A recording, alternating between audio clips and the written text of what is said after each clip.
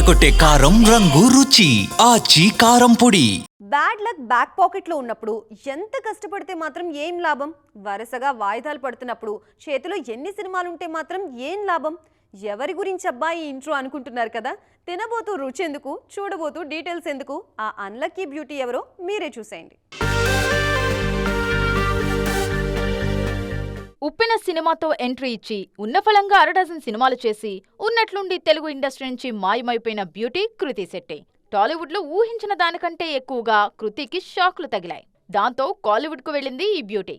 అక్కడ అవకాశాలు బాగానే వస్తున్నాయి గానీ చేసిన సినిమాలే 3 ఏళ్లుగా బయటికి రావట్లేదు. ఏదో ఒక్క సినిమా వాయిదా పడిందంటే బ్యాడ్ లక్ అనుకోవచ్చు. కానీ కృతి నటించిన సినిమాలన్నీ వరుసగా వాయిదా పడుతుంటే ఏమనాలి? కార్తీతో నటించిన అన్నగారు వస్తారు 2024లోనే రావాల్సి ఉన్నా వాయిదాల మీద వాయిదాలు పడి మొన్న డిసెంబర్ 12న వస్తుందన్నారు. కానీ ఫైనాన్షియల్ ప్రాబ్లమ్స్తో అన్నగారు ఎంతకీ బయటికి రావట్లేదు. డిసెంబర్ 18న వస్తుందనుకున్న ఎల్ఐకే సైతం 2026 ఫిబ్రవరికి వాయిదా పడింది. నయనతార భర్త విఘ్నేష్ శివన్ తెరకెక్కిస్తున్న ఈ సినిమాలో ప్రదీప్ రంగనాథన్ హీరో. ఇక జయం రవి హీరోగా నటిస్తున్న జీనీ సైతం 2 ఏళ్లుగా సెట్స్ పైనే ఉంది. ఇందులో కృతితో పాటు లోకా ఫేమ్ కళ్యాణి ప్రియదర్శన్ మరో హీరోయిన్. మొత్తానికి ఈ 3 ప్రాజెక్ట్స్ బయటికి రాకుండా కృతిని ఇబ్బంది పెడుతున్నాయి.